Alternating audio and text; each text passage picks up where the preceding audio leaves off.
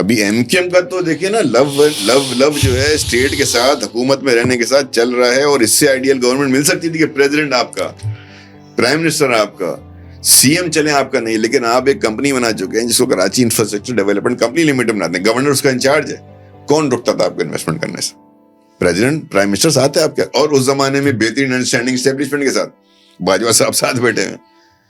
اور وہ چلتی ہے آپ کی 2022 تک, جب تک پی ڈی ایم کی وہ نہیں آ جاتی. تو پی ڈی میں بھی ساتھ ہوتے ہیں سر, میں آ رہا ہوں نا. پی ڈی ایم کی کیمپین میں آپ سائڈ بدلتے ہیں,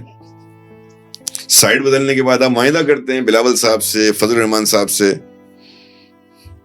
اور جب اگلی گورنمنٹ دی پی ڈی ایم کی گورنمنٹ بنتی ہے, آپ اس میں پھر 2 آدمی بیٹھے ہیں آپ کے, اور گورنر آپ کا آ جاتا ہے.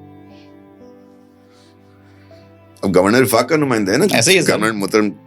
گورنر چوہدری صاحب جو ہیں, یہ کیا مطلب ہے وفاق کا نمائندہ, کس کا نمائندہ ہے؟ یہ آن بیہاف آف پریزیڈنٹ ہے, on the recommendation of prime minister. اب ایک تبدیلی آ گئی ہے کہ گورنر کے ریکمینڈ پرائم منسٹر کرتا ہے, لیکن وہ ریپرزینٹ پریزیڈنٹ وہ کر رہا ہوتا ہے. تو زرداری صاحب کا نمائندہ نواز شریف کا ریکمینڈی آج ہی بیٹھا ہوا ہے, جب بھی تھا. مجھے بتاؤ یار, آپ جب پیپلز پارٹی کو کہتے ہو 18 سال,